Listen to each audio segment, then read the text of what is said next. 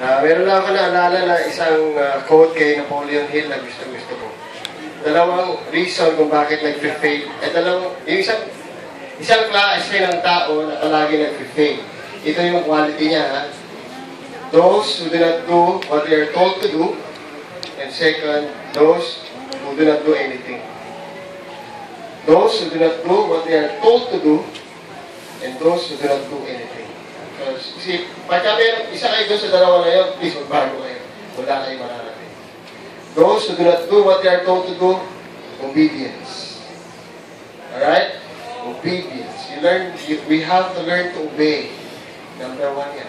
Pangalawa, those who do not do anything, wala na. Wala na lang. Sigurado yun, failure. Alright?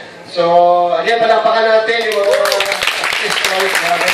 And we're talking about 7 months in this program. Pre-launching, kaka-launch pa lang ko namin. Ngayon, for more good news, hindi ko na patatagalin. Tatawagin ko yung ating online representative. Online promotions representative. Ito po ang title niya.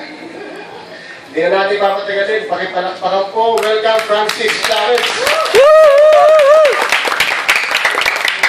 Okay, thank you, Brother Kiko. Brother Kiko, parang kapatid ko na yan. Kiko siya. Ako. Okay? May mga nag-mix kanina, tawag sa akin Kiko. So, parang hindi ka malito. Kiko, Isko. Okay? Kiko, Isko. Okay, so, ano ba yung mga bago? Ano ba mga updates natin sa SWA? I'm sure all of you nakita nyo na yung system 2 natin. Nakita nyo na. So, naranasan nyo na. Of course, I'd like to thank again Paul Lopez, yung ating IT Chief Finance. Paul! Bigyan ko lang kayo ng background. Si Mr. Paul Lopez is a veteran IT. Yung, okay lang? Okay lang magkitingnan?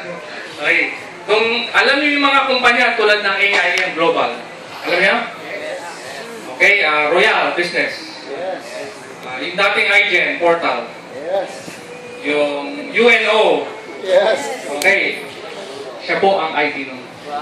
Palapakan po natin.